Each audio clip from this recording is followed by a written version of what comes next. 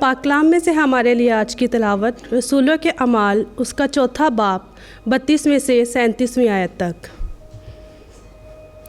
और ईमानदारों की जमायत एक दिल और एक जान थी, और किसी ने अपने अमाल में से किसी चीज़ को अपना ना कहा, बल्कि उनमें से सब चीज़ें मुश्तरक थीं। और रसूल बड़ी कुदरत से खुदावन यसू की क़यामत की गवाही देते रहे, और उन सब पर बड़ा फजल था, क्योंकि कोई उनमें मोहताज ना था, इसलिए कि जो लोग ज़मीनों या घरों के मालिक थे वो उन्हें बेचते थे और बेची हुई चीज़ों का दाम लाकर रसूलों के पाँव पर रखते थे, और हर एक को उसकी ज़रूरत के मुआफिक बांट दिया जाता था। और यूसुफ नामी एक लावी था, जिसका लक़ब रसूलों ने बरनबास मुतरजम फ़र्जंदे तस्कीन और जिसकी पैदाइश कुप्रस की थी।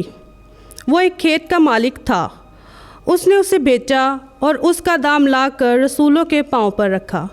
पाकलाम का पढ़ा और सुना जाना हम सब के लिए बाइसे बरकत हो। खुदा का शुक्र हो।